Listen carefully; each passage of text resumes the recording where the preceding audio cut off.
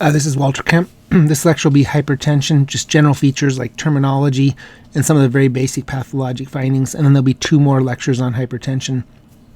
As usual, starting out with a slide that's not pathology. This is actually from Linlithgow Castle. It's outside Edinburgh. When I was in residency, I met a good friend who ended up in Scotland. I've been over to visit him a couple times. This is one of the castles he would take us to, just really scenic. So like I said, this is hypertension, general features. Websites are there. This is me and Dr. Hughes have put these together for questions. We haven't added to them in a while, but we're going to probably start working on that again sometime soon, I hope. And then there are my 2 Twitter things. I used to post quite a bit on Twitter, microscopic for students and stuff like that. I might start doing that again here if you want to follow me there. And then, as I said, I'm a forensic pathologist, but I have a really strong interest in general pathology, and then also organ pathology, especially the heart, and a real strong interest in teaching medical students. So here are my disclaimers. Please read these. Make sure that you want to continue with the lecture and that you should continue with the lecture. As I said, if you want to learn some pathology, I want to teach you. But otherwise, you have to read these and make sure. If you don't agree with them, you have to stop. There's a 3rd disclaimer. Same thing. Read it. Make sure it applies to you and understand it. And then the last one is, I nobody's really reviewed it yet, but my introductory presentation basically tells you a little bit about how I teach and stuff like that, so you can kind of understand if you want to. But anyway, there are my references that I use. As usual, starting each one out with a question or 2. This is the first question, so pause, try and answer it, and then this helps guide you as you go through the lecture, and it's shown to increase retention. We'll go through the answer at the end. So hypertension is just high blood pressure. There are different forms of it, different terms that are used. Most times when people are talking about, they say they have hypertension, they have essential or primary hypertension. And so this is one where there's, it's the systemic system, not the pulmonary system, and there's no underlying identifiable etiology for it. Secondary hypertension is also systemic system, but where there's an underlying identifiable etiology. And to me, this is a really interesting topic, very important, I think, for doctors, because so many people, I think, just ascribe hypertension to essential hypertension, sometimes may not have gone through the appropriate workup to look for a second cause. Sometimes it seems like essential hypertension is also called benign hypertension. You'll hear that term a lot. The most common hypertension that I see at autopsy by far would be essential benign or benign hypertension, but it's not benign. It causes pathologic changes that can cause a person's death. Malignant hypertension is another one. And I think when they use benign and malignant, what they're talking about is benign would be the typical hypertension people have. No underlying etiology for it, affects the systemic system, and they have it for decades before it probably manifests itself with a disease process. Whereas malignant hypertension, the blood pressure is much, much higher, and they can present with relatively rapidly with that. Hypertensive crises. And when I went through the lecture originally, there's different types of urgency and emergency. I'll go through and just give some of the terms that I use for that. And then remember, systemic hypertension, when you hear that term, that's mostly when you hear about hypertension, that's what you're talking about. It affects all the bodies except the lungs. And then pulmonary hypertension affects the lungs, and that's a different type of hypertension. So hypertension, and like I said, these will be basically essential or benign hypertension affecting the systemic circulation. When you hear that term, usually that's what we're talking about. Very common, though, 30% of adults 20 years of age or older had hypertension 2005, 2008, but per the CDC, and I'm sure it hasn't changed much from that. And of those, almost 60% had uncontrolled hypertension. So it's a really important disease process to understand. It's very, very common in the population. There's very severe pathologic changes from it that can lead to death. Very important to diagnose. So it increases risk for stroke, both an infarct due to its contribution to development of atherosclerosis, and also intracerebral hemorrhage, and then contributes to coronary disease because it's one of the risk factors, remember, for hypertension. It can also lead to end-stage kidney disease, and when people have end-stage kidney disease, it's usually due to hypertension or diabetes, aortic dissection, tearing of the aorta, heart failure. When the heart undergoes hypertrophy, remember, you can get hypertrophy for a while, and then finally it starts to fail. That'd be the heart failure source of hypertension. It can cause atrial fibrillation and peripheral vascular disease because it contributes to atherosclerosis. More common in African Americans than Caucasians, and it says it's actually the leading cause of death in the world, which I thought was pretty amazing. So what causes the blood pressure? It's cardiac output and peripheral resistance. So that's what it is. So if you break that down and you look at it, it helps you understand the etiology for it and identify it. So it'll start with peripheral resistance.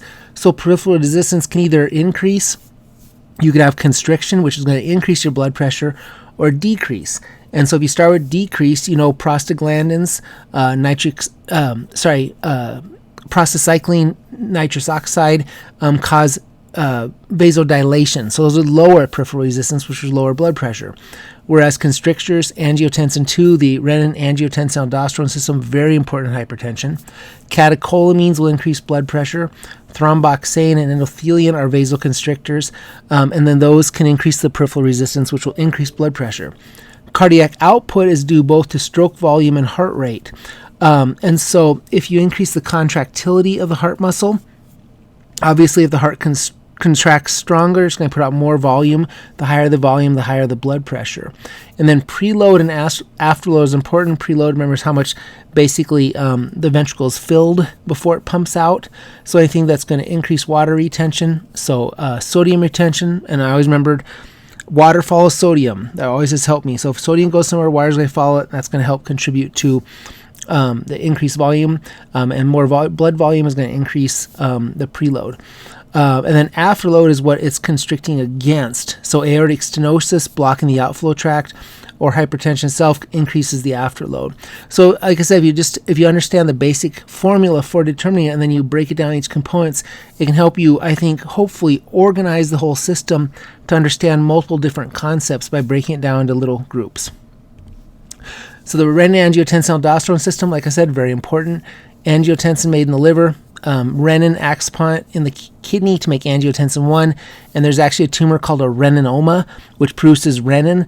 I think it's pretty much a benign tumor, i.e. doesn't metastasize or invade, but because it produces renin, it can increase blood pressure. Then angiotensin converting enzyme in the lung converts angiotensin 1 to angiotensin 2, and then that binds the angiotensin 2 receptors, and that can cause vasoconstriction and also increase production of aldosterone, which will cause sodium resorption. Water follows sodium, increase blood volume, increase preload, increase blood pressure. So most hypertension falls in the category of essential hypertension, and even with essential hypertension, it is possible to have abnormalities of the different channels that could affect sodium regulation, but the vast majority of them are going to be some multi-factor combination of the genetic and the environment. And so just think about the mechanisms. We talked about nitric oxide. I think I said nitrous oxide before. Sorry about that. Nitric oxide, and that is a vasodilator. So if you have decreased production, you're going to increase the blood pressure. Increase endothelin. Endothelin is a vasoconstrictor. Catecholamines, if they're more responsive or you have more catecholamines, that's a vasoconstrictor. If you have increased basal sympathetic tone, so just a low increase in the constriction of it, or an abnormal stress response. And then kidney, we talk about ion channel defects like Little's and stuff like that. You can actually have specific defects, but most times it's kind of this multi-factorial combination. And then the kidney plays a central role in the renin-angiotensin-aldosterone system, and any dysfunction of that can lead to it. So like I said, I think there's a lot of different factors that go into it, but if you just break it down in general categories, those involve the blood vessels, those involve the CNS, those involve the kidney, those involve pressure and volume receptors. And then you can kind of go from most general to more specific slowly and develop a much more broad understanding of it, I hope. That's my purpose. I hope help with that. So with essential or primary hypertension, and I'll see you later use the term benign hypertension. Like I said, people use the term benign hypertension. It's not really benign. It just takes decades instead of a few years like malignant. But most of benign hypertension would fall in this category.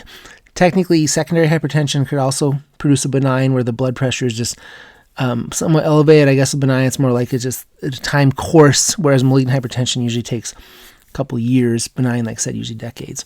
But essential or primary hypertension is where you can't identify an underlying etiology for it, and that's about 99.5% cases. But remember, that means 5 to 10% are actually probably due to secondary causes, which if you can identify those, you can actually treat your patient's hypertension, which I think is a really great test question, and I think it's really important for people who go in primary care to understand that. Okay, so the pathologic features of benign hypertension. So characteristic one is there. You can see the kidney, and the kidney looks what we call granular. So it looks like it's kind of like a gravel road is kind of the way I've heard it in the way I use it described. At the top left, it shows a normal kidney. So a normal kidney might have some persistence of fetal lobulation, so deep or shallow grooves, either or intermittently spaced, but in between it's very smooth. Whereas the kidney in the picture for arteriolar nephrosclerosis is much more bumpy throughout, that granular or kind of gravelly road appearance. And what's causing that is the hyaline arteriolosclerosis to the right. You can see that. So remember, hyaline is pink, arteriolosclerosis, so thickening of the arterioles. The yellow arrows show it, and at the bottom center is a normal arteriole, just for comparison. So you can imagine that the way I look at it is because of that blockage of the arterioles, that thickening of the wall, kind of causes little tiny mini infarcts throughout the kidney diffusely, and that's why you kind of get that granular surface. That's my way of looking at it. Okay, so just to break up, I'm going a little slow on this one, sorry. But this is Glacier National Park. I don't remember the mountain or anything like that, but I know this is from Glacier National Park. Okay, so malignant hypertension, or what they call hypertensive crises. So with benign hypertension, the other thing is people don't know they have it. I mean, without checking their blood pressure or anything like that, they're usually not symptomatic. But with malignant hypertension, they actually will have symptoms. And these can include a headache, blurred vision, confusion, somnolence, coma. So you can imagine basically that higher pressure affecting the CNS and having symptoms related to that. They can actually develop a hypertensive encephalopathy because of increased intracranial pressure. And they can actually develop angina too, because when you have higher blood pressure, you have greater demands upon the heart. And if it's not able to get blood flow to it, for example, somebody who might have borderline or less severe asymptomatic coronary artery atherosclerosis, with the increased demands necessary from the high blood pressure, could actually develop angina. So obviously if it's affecting the eyes, brains, you can get retinal hemorrhages. You can get exudates in the eye and papilledema. And then pathologically, we see the hyperplastic arteriosclerosis, so onion skinning of it. I'll show you with the next slide. You can get pulmonary edema. You can get potentially fibrinoid necrosis as well too. So this is the hyperplastic arteriosclerosis. So if you compare it to the other one, this one you can see basically concentric layers that they describe as onion skinning, and it looks cellular. Instead of the hyaline arteriosclerosis, that's this acellular eosinophilic thickening of the wall, this is like cellular layers, like the layers of an onion. And this is what you see in people with malignant hypertension. So a much more abbreviated course of their disease process than those with benign hypertension. You can get, I've also come across the terms acute severe hypertension. And one thing I was reading talked about basically a hypertensive emergency versus a hypertensive urgency. A hypertensive emergency, you can imagine, is it's hypertension, so it's very severe elevation of blood pressure, and it's associated with organ dysfunction. So we have to do something now. Whereas a hypertensive urgency is also a severe elevation of blood pressure, but there's no symptoms or organ dysfunction. So basically, we're urgent. We have to do something now. It's kind of like the idea of a storm watch versus a storm warning. I understand. I had to figure that out when I was in Texas and stuff like that. But same thing there. Emergency means we have to do something now. Urgency means we better do something pretty soon.